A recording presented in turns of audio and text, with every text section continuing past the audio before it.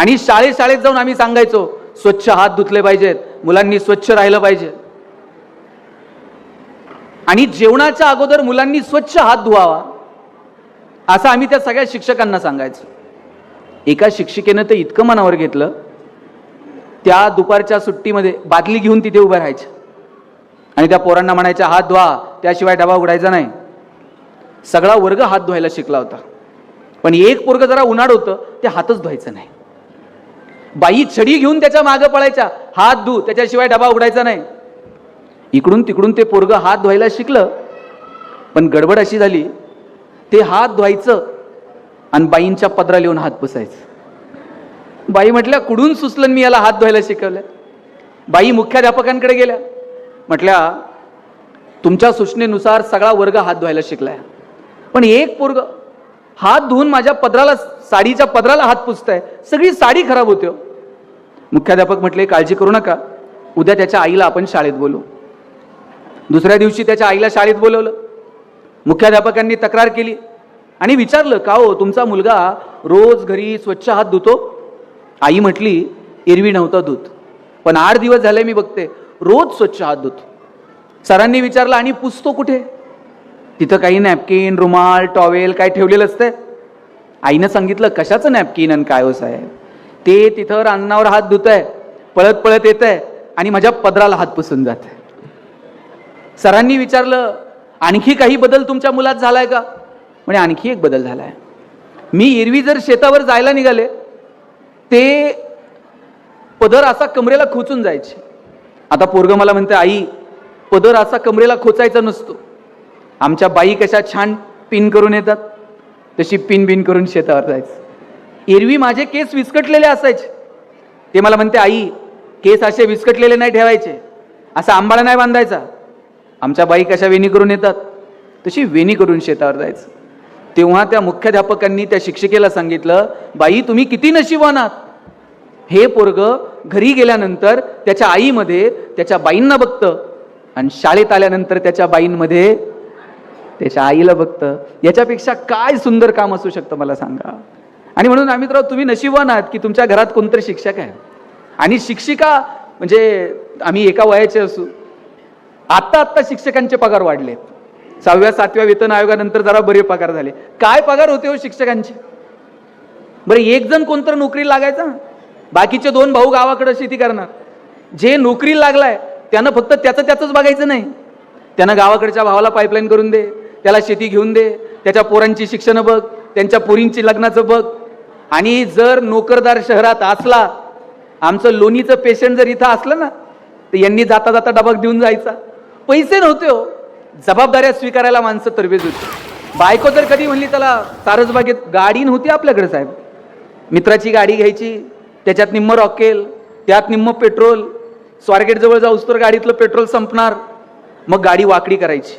शिंदे साहेब हे तंत्रज्ञान फक्त भारतात आहे, जगात कुठं गाडी वाकडी करत असतील साहेब मला वाटत नाही. आणि वाकडी करून जर चालू झाली नाही, पुढे वेगळे सायंटिस्ट होते, ते टाकीत फुकणार.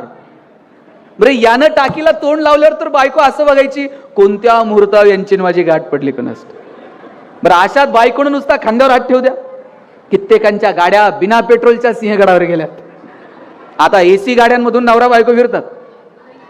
बायको तिकडच्या खिडकीतनं तिकडे बघते, नवरा इकडच्या खिडकीतनं इकडे बघताय, आणि ड्रायव्हर मधल्या आरशातनं दोघांकडे बघत असतो. हे बोलत का नाहीत? साधनं वाढत गेले, पण संवाद कुठे होरपळून गेला हे मात्र कळलं नाही. इथं बसलेल्या सगळ्या पालकांना माझी विनंती आहे, साधनं वाढतील, भौतिक प्रगती होईल, पण आपला आपल्या लेकरांसोबत संवाद आहे का? आपला आपल्या लेकरांसोबत सहवास आहे का? त्यांच्या शाळेची फी भरणं, हव्या नको त्या वस्तू त्यांच्या समोर नेऊन ठेवणं, एवढीच पालक म्हणून तुमची माझी जबाबदारी नाहीये. हे पुणे विद्येचं माहेरघर समजलं जातं. याच पुण्यामध्ये 6 महिन्यापूर्वी पोलिसांनी कारवाई केली आणि कोट्यवधी रुपयांचं ड्रग्ज सापडलं. इथं शिकायला येणारी पोरं नगर, सोलापूर, नाशिक, इकडून तिकडून सगळीकडनं कानाकोपऱ्यातनं पोरं येतात. अशा वेळेला या लेकरांच्या समोर चांगला आदर्श निर्माण करणं, त्यांना चांगला विचार आणि त्यांना चांगला संस्कार देणं, हे नैतिक कर्तव्य पालक म्हणून तुमचं माझं नाहीये का? आपल्या पोराला किती मार्क पडले याच्यासाठी आपण हंटर घेऊन त्याच्या मागे आहोत, पण कधीतरी एखादं चांगलं पुस्तक आपण त्या लेकराच्या हातात दिलंय का? बघ बरं जरा हे काय लिहिलंय यात. कधी एखाद्या चांगल्या चित्रपटाला तुम्ही पोरांना घेऊन गेलात का? कधी चांगलं एखादं नाटक दाखवलंय का? कधी चांगल्या माणसांसोबत आपण आपल्या लेकरांची ओळख करून दिली आहे का? या पोरांच्या सर्वांगीण विकासासाठी पालक म्हणून आपली भूमिका नेमकी काय असली पाहिजे यावरती लक्ष देण्याची गरज आहे. आज मार्क किती मिळतात?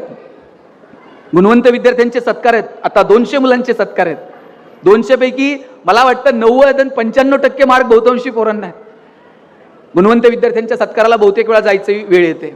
एका कार्यक्रमाला गेलो होतो, पहिल्या 3 रांगा 90 पेक्षा जास्त मार्क मिळवणाऱ्यांच्या होत्या आणि त्याच्या पाठीमागच्या 3 रांगा 80 ते 90% मार्क मिळवणाऱ्यांच्या होत्या आणि त्या पाठीमागं 50 रांगा 60 ते 70% मार्क मिळवणाऱ्यांच्या होत्या. आता ज्यांना 90 पेक्षा जास्त आहेत ते खुश होते, आपण 90च्या पुढे आहोत. ज्यांना 80 ते 90 होते ते एकदम टेन्शन मध्ये होते.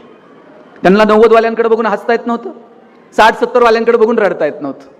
आणि ज्यांना 60-70% मार्क आहेत ना ते 90 वाल्यांपेक्षाही खुश होते. ते म्हणले 80-90 वालेच एवढे आहेत, आपलं होईन तसं होईन, बघू काय करता येते.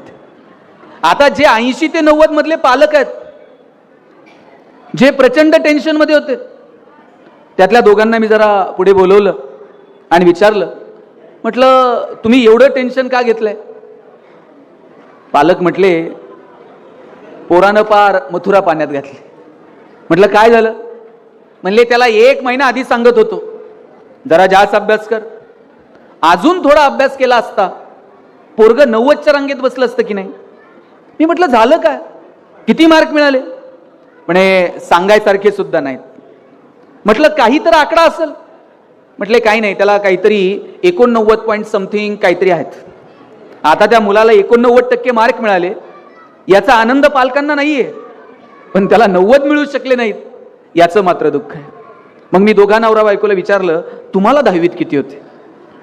ताई दोघांच्या मार्काची बेरीज केली तरी 90 होत नव्हती आणि त्यांना टेन्शन याचं होतं, मुलाला 90 मिळू शकले नाहीत.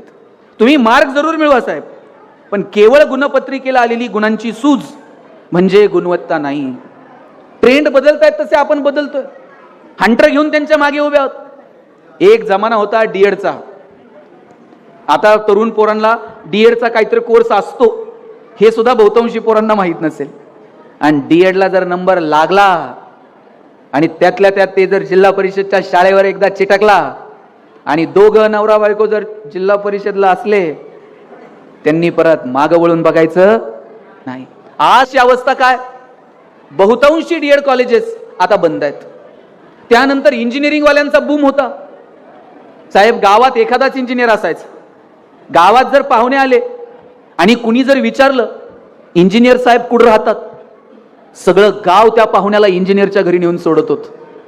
आता तुम्ही गावात जाऊन विचारा इंजिनियर साहेब कुठं राहतात, ते म्हणते नाव सांग, प्रत्येक घरात 4 आहेत. आणि आफ्टर कोविड आता मेडिकलचा बूम आहे. प्रत्येक आईबापाला वाटतंय पोरग मेडिकलला गेलं पाहिजे. नाही भारतात नंबर लागला रशियात जाऊ द्या, पण पोरानं मेडिकललाच गेलं पाहिजे. बरं यांच्या डोक्यात असलं काय नाही. याला जरा मॅथ्स फिजिक्स आवडतंय म्हणून यानं इंजिनिअरिंगला जावं, याला जरा बायोकेमिस्ट्री आवडतंय म्हणून यानं मेडिकलला जावं, असलं काही नाही. आमच्या डोक्यात आहे पोरगा MBBS, त्याला मुलगी डॉक्टर, दोघांचं हॉस्पिटल आणि नंतर मेहुण्याला मेडिकल. त्या हल्ली मेहुण्यालाच द्यावं लागतंय साहेब, तेव्हा लिखित नियम आहे. आम्ही या चौकटीच्या पलीकडे कधी जाणार आहोत? इथे चेंबूरला गेलो होतो मी व्याख्यानाला. होमी बाबा इन्स्टिट्यूट आहे, 1200-1400 एकरचा कॅम्पस आहे. महाराष्ट्रातली साहेब मला बोटावर मोजणे इतकी पोरं सुद्धा अशी सापडली नाही की ज्यांना वाटतंय आपण तिथे जावं, संशोधक व्हावं.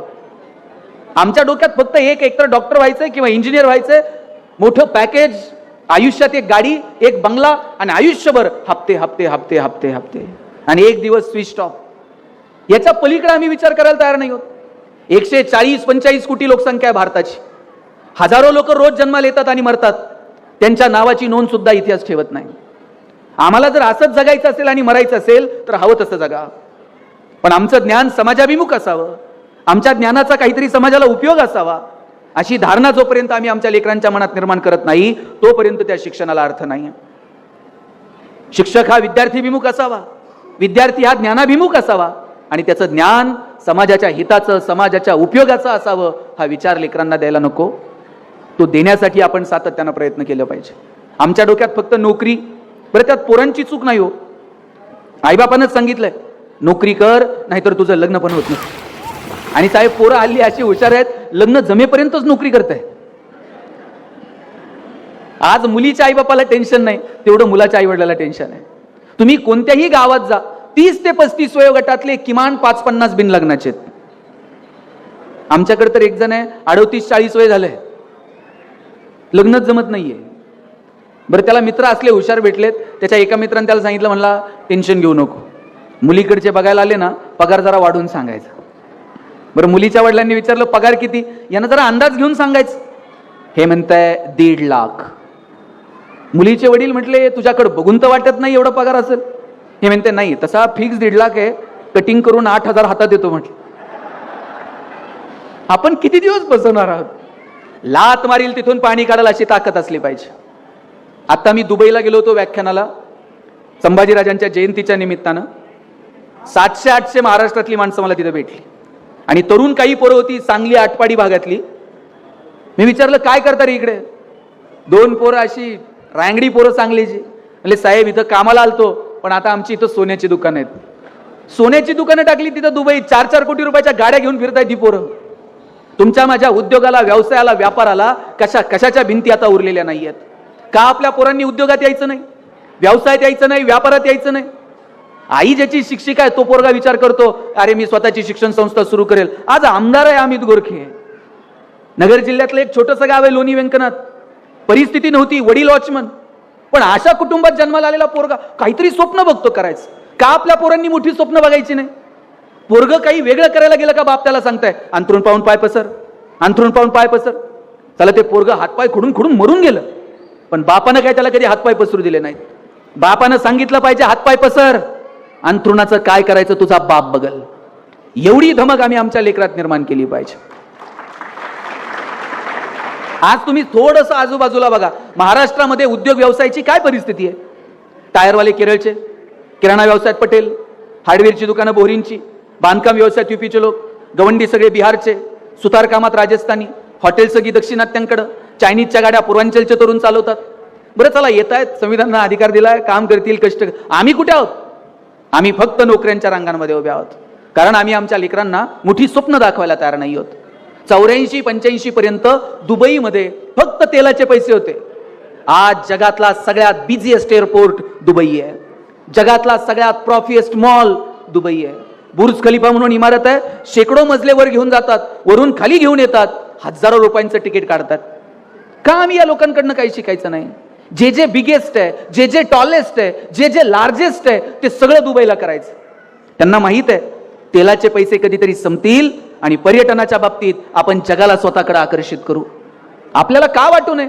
जगभरातली लोक पुण्यात आली पाहिजेत, शनिवारवाडा बघितला पाहिजे, सारसबागेत गेली पाहिजे, लक्ष्मी रोडला खरेदी केली पाहिजे, सिंहगडला गेली पाहिजे, शिवनेरीला दर्शनाला गेली पाहिजेत, परत पिंपरीत येऊन त्यांनी 4 दिवस मुक्काम केला पाहिजे, बर्ड व्हॅलीला जेवायला गेली पाहिजेत. का आपल्याला वाटत नाही? आपण सुद्धा पर्यटनाच्या, अरे तिथं सगळं कृत्रिम आहे, तरी जगाला त्यांनी आकर्षित केलं. आपल्याकडे एवढी नैसर्गिक संपन्नता असताना सुद्धा जगानं आपल्याकडे यावं असा विचार आम्ही का लेकरांना देत नाही?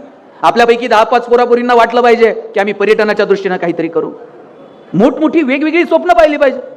आता अमित दादानं उल्लेख केला जेजुरीचा. जेजुरीला गेलाय का? ते कंपल्सरी जावंच लागतंय. मी जेजुरीला गेलो होतो, 4-5 पोरपोरी तिथं फोटो काढत होते. मी विचारलं काय करता रे फोटो काढून? सारखे फोटो काढायचे, स्टेटस ठेवायचे. एक पोरगा मला म्हटला दादा किती दिवस बॅनर लावायचे, चलो दुबई, चलो सिंगापूर. म्हटलं मग? म्हटलं मी दुबईत बॅनर लावणार आहे, चलो जेजुरी. दुबईतली लोक जेजुरीत आणतो का नाही बघा म्हटला. आणि म्हणलं आणून काय करणार? काय नाही, खालून वर गडाव त्यांना पायपाय घेऊन जाणार, आणि एकदा का ते घामाघूम झाले मग त्यांना लेक्चर देणार किती कॅलरीज बर्न झाल्या. रात्री म्हणला 2-2 हजार रुपये तिकीट काढून त्यांना जागरण गोंधळ ऐकायला लावतो का नाही बघा म्हटलं. मला हेवा वाटतो या पोरांचा, जी चौकटीच्या पलीकडे जाऊन काहीतरी काम करू बघतायत. आपल्या पोरांनी ह्या चौकटी तोडल्या पाहिजेत, मोठी स्वप्न बघितली पाहिजेत, काहीतरी नवीन मिळवण्यासाठी अट्टहास धरला पाहिजे. पण केवळ आणि केवळ मार्कांसाठी अभ्यास या संकल्पनेपेक्षा थोडंसं पुढे जाऊन विचार करायला हवा. नाहीतर सगळंच मार्कांसाठी, इतिहास मार्कांसाठी, भूगोल मार्कांसाठी, इतिहासातली पात्र सुद्धा मार्कांसाठी.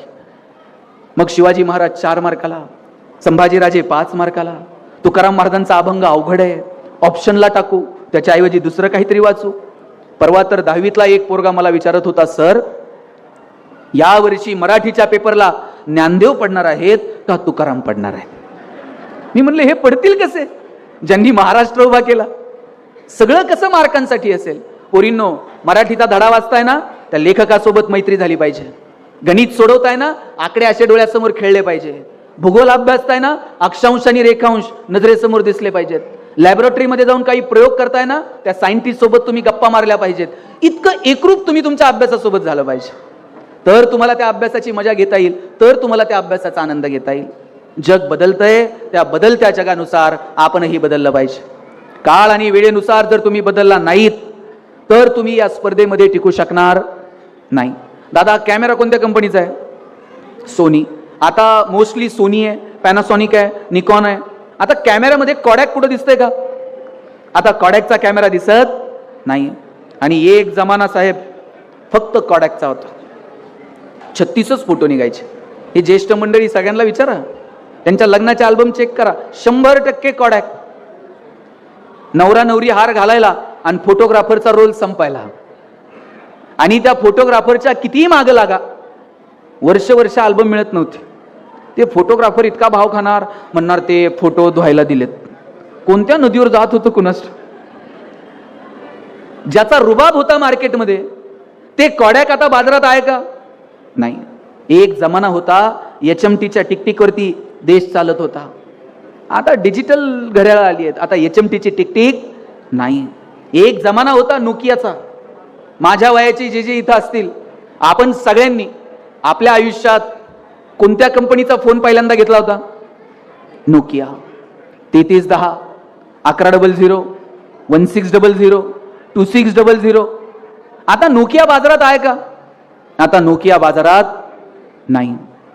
नोकियानं अँड्रॉइड टेक्नॉलॉजी स्वीकारली नाही, नोकिया टिकू शकलं नाही. कॉडॅकनं डिजिटल टेक्नॉलॉजी स्वीकारली नाही, कॉडॅक टिकू शकलं नाही. मला सगळ्यांना विचारायचंय, तुम्ही बघा 4 वाजता मराठी पिक्चर लागायचा टीव्हीला, आठवतंय का? धूमधडाका, थरथराट, लक्ष्मीकांत बेर्डे, अशोक सराफ, आणि मध्येच एक जाहिरात लागायची.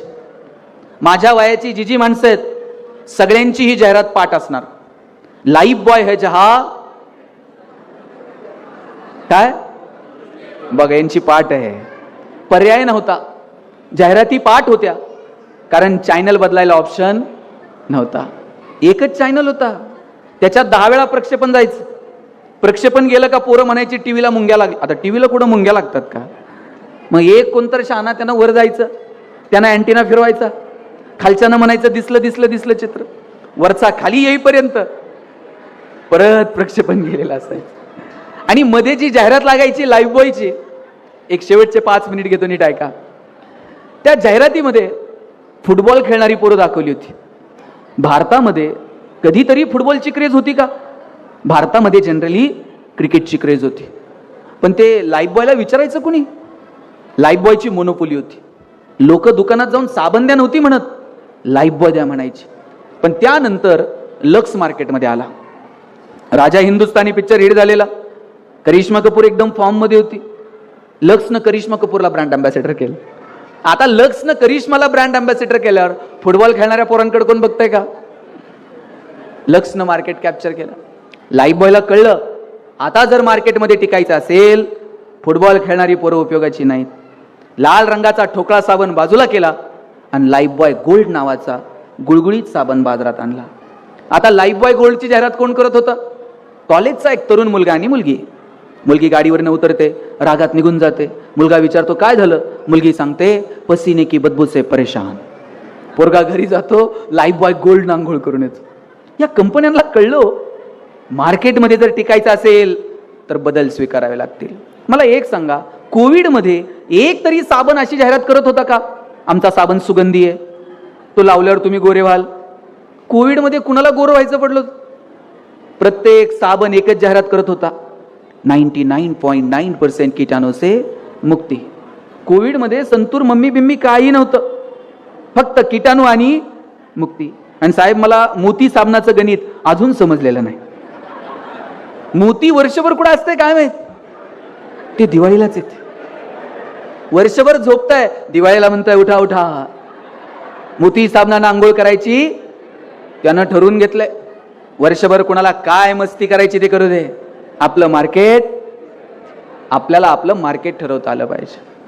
भारत ही जगातली सगळ्यात मोठी बाजारपेठ आहे.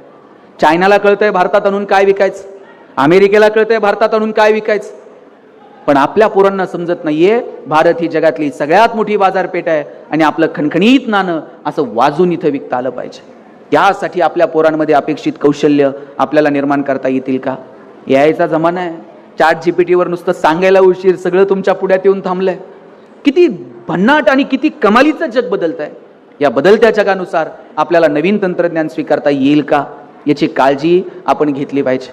एवढासा देश आहे इस्रायल, पण कृषी क्षेत्रामध्ये अशी काही प्रगती केली साहेब, आपल्याला 60-70 वर्ष गेली हे कळायला. पाणी पिकाला द्यायचं असतं, पाटाला नाही. 60-70 वर्ष आपण पाटानं पाणी देत होतो.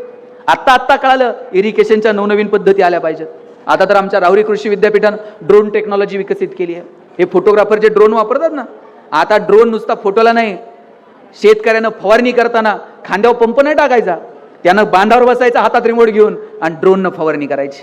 आता शेतकरी ड्रोननं फवारणी करायला लागलाय. एक दिवस असा येईल ड्रोनला फक्त कांद्याची गुणी अडकवायची, बटन दाबलं का थेट भुसाऱ्यात. इथपर्यंत तंत्रज्ञान जाऊन पोहोचणार आहे. पण या पोरांनी टेक्नोसेव्ही असलं पाहिजे, नवीन तंत्रज्ञान स्वीकारलं पाहिजे आणि बदलत्या जगानुसार आपल्याला बदल स्वीकारता येतील का याची काळजी घेतली पाहिजे. पालकांना जाताना इतकीच विनंती करेल, तुमच्या मुलांना मोठी स्वप्न दाखवा. त्या पोरांमध्ये एक जिद्द, एक आकांक्षा, काही महत्वाकांक्षा, आणि हे सगळं करत असताना त्यांचे पाय जमिनीवर राहतील का याची काळजी घेऊयात. पोरांची संगत काय, माझी सगळ्या आयांना विनंती आहे. शाळेतून पोरगा आल्याबरोबर पहिला प्रश्न काय असतो त्याला, डबा संपला का? पोरींनो, किती प्रेम आहे तुमच्या आईचं बघा बरं. पहिला प्रश्न असतो तिचा, टिफिन संपवला का? आणि आपण तो संपवायला हवा. तुम्ही उठायच्या आधी 2 तास ती आधी उठते. तुम्हाला उठवायलाच तिला अर्धा तास लागतो. बाई उठ ना ग, बाई आवर ना ग, बाई चल ग, तुझी गाडी आली आहे. डबा करायला अर्धा तास लागतोय. आणि तुम्ही जर स्कूलमधून येताना तो टिफिन जर तसाच ठेवला, काय तिचा जीव म्हणत असेल, पहाटे 4ला उठून तुझ्यासाठी केलाय, तुला 2 घास खाता पण आले नाही. आपल्या आई वडिलांचा सन्मान ठेवा. जी तरुण पोरं इथे बसलेली आहेत, तुमच्यासाठी शेवटचे 2 मिनिट घ्यायचे. तुमची उंची आता वडिलांच्या खांद्याला आली, तुमची चप्पल वडिलांच्या पायाला यायला लागली आणि वडिलांची चप्पल तुमच्या पायाला यायला लागली. एकदा का पोरगा खांद्याला आला, बाप रागवत नाही, बाप ओरडत नाही, बाप चिडत नाही. अशा वेळेला वडिलांच्या डोळ्याची भाषा तुम्ही समजून घेतली पाहिजे. काय अपेक्षा आहे रे बापाची? बापाची अपेक्षा नाहीये पोरानं दररोज 10-20 हजार रुपये आणून हातात द्यावेत. वडिलांची अपेक्षा इतकीच आहे, त्यानं त्याच्या पायावर उभं राहावं, त्याचं नाव कमवावं. आणि एक दिवस असा आला पाहिजे, लेकराच्या नावानं आईबापाची ओळख झाली पाहिजे. आजपर्यंत आम्ही दादाची ओळख काय होती, अमुक अमुक यांचा मुलगा, अमुक अमुक यांची मुलगी. आईबापाची इच्छा अशी असते की अरे एक दिवस पोरांनी आमची नावं पुसावीत आणि पोराच्या नावानं आईची ओळख झाली पाहिजे. आता लोक काय म्हणणार, आमदार साहेबांची आई आहे बरं का. आता ही जेव्हा ओळख येते आमदार साहेबांची आई, आईला छान वाटतं. आईला अपेक्षा नसते की अजूनही माझ्याच नावानं ते नगरसेवक होते ना, मग त्यांचा मुलगा. अरे आपल्या नावानं आई बाप ओळखले गेले पाहिजेत, असं कर्तृत्व करून दाखवा. पोरींनो, उद्या जर तुमच्यापैकी कोण कलेक्टर झालं ना, लाल दिव्याच्या गाडीत बसून यालीत, तुमच्या गाडीचं दार उघडायला पण शिपाई असेल. तुमच्या सहीनं एखाद्या गावाचं भविष्य बदलेल, तुमच्या सहीनं एखाद्या माणसाचं आयुष्य बदलून जाईल. कधीतरी आम्ही दादा फोन करतील, ताई तुम्ही त्यावेळेस आला होतात, आज कलेक्टर आहात, जरा प्रमुख पाहुणे म्हणून आमच्या स्कूलला याल का? याल का नाही बोलवल्यावर? आणि मी काही काम बीम घेऊन आलो तर ओळख ठेवाल का? पण यासाठी तुम्हाला काय करावं लागेल, इकडचा डोंगर उचलून तिकडे ठेवायचा आहे. पुढची जी 5-10 वर्ष आहेत आयुष्यातली, ती 5-10 वर्ष आयुष्यातली प्रामाणिकपणे तुम्ही तुमच्या शिक्षणासाठी द्या. मी दाव्यानं सांगतो, तुम्हाला तुमची आर्थिक आणि सामाजिक परिस्थिती जर बदलायची असेल तर येणाऱ्या काळात शिक्षणा इतका प्रभावी पर्याय दुसरा उपलब्ध नाही. चांगलं शिका, समृद्ध व्हा. आणि शेवटचा 1 मिनिट मुलींसाठी माझा दावा आहे, वडिलांचं जेवढं प्रेम मुलावर असतं त्याच्या थोडं तरी जास्त प्रेम मुलीवर असतं. मुलानं जर बापाला काही मागितलं, म्हणणार 2 दिवस थांब, पगार होऊ दे, मग बघू, 17 कारणं असतात. आणि पोरीनं काय मागू द्या बरं, बापाला असं वाटतं कधी निघून देईल आणि कधी नाही. बापाला माहीत असतं 4 दिवस चिमणीसारखी थुई नाचल आणि एक दिवशी भुरकन उडून जाईल. जोपर्यंत आपल्या घरात आहे तोपर्यंत तिचे सगळे हट्ट पुरवायचे हे वडिलांनी ठरवून घेतलेलं असतं. ज्या दिवशी मुलगी जन्माला येते ना त्या दिवशी वडिलांच्या मनात 2 विचार चमकून जातात. एक मुलीचं शिक्षण आणि दुसरं मुलीचं लग्न. एक रुपया बाप तिच्यासाठी बाजूला काढून ठेवत असतो. वडील स्वतः फाटलेली तुटलेली चप्पल घालतील, पोरीला मात्र शाळेत जायला चांगले शूज घेऊन देतील. बाप फाटलेलं बनियन घालल, पोरीला चांगला ड्रेस घेऊन देईल. वडील सायकलवर कामाला जातील MIDCत, पोरीला कॉलेजला जायला गाडी घेऊन देतील, बसचा पास काढून देतील, हॉस्टेलची फी भरतील. कोण करतं एवढं प्रेम तुमच्यावर? पोरीच्या लग्नात बाप फेटाबिटा घालून मिरवत असतो. दिवसभर बापाची मान उंच असते. कन्यादान झालं ना मग वडील मान खाली घालतात, जावायच्या हातात हात देतात आणि सांगतात तळहाताच्या फोडासारखी जपली, सांभाळून घ्या. दिवसभर वडिलांच्या डोळ्यात थेंब येत नाही. पण पोरीची गाडी एकदा निघून गेली ना खांबाच्या पलीकडे जाऊन एकटाच रडतो तो बाप असतो. कधीच बापाची मान शर्मेनं खाली जाईल असं वागायचं. बापाला अभिमान वाटला पाहिजे. काय माझ्या पोरीनं कर्तृत्व करून दाखवलं, काय माझ्या लेकरानं कर्तृत्व करून दाखवलं. इतकं सुंदर करिअर तुम्हाला तुमच्या आयुष्यात करता येईल का याची काळजी घ्या. परवा डेव्हिड धवन साहेबांची एक मुलाखत ऐकण्यात आली. त्यांनी सांगितलं अपयशी जरी व्हायचंय ना अशा क्षेत्रात व्हा की जे तुमच्या आवडीचं क्षेत्र आहे आणि तुम्हाला तिथे काहीतरी करायचं आहे. नाहीतर उगाच फक्त माना मोडून माना खाली घालून आयुष्य जगू नका. हे दिवस परत कधीच मिळणार नाहीत. सगळं अनप्रेडिक्टेबल आहे. आपण कुणीच मालक नाही आहोत. या माईकवर अजून 1 मिनिट मी बोलेल, उद्या दुसरं कुणीतरी, ताई परवा आणखी तिसरं कुणीतरी बोलेल. या डायसवरती कितीतरी जण बोलून गेले असतील. अजून 1 मिनिटासाठी मी परत नाही. 242 जण लंडनला निघाले होते प्रवासाला. त्यांना माहीत होतं का हा शेवटचा प्रवास आहे?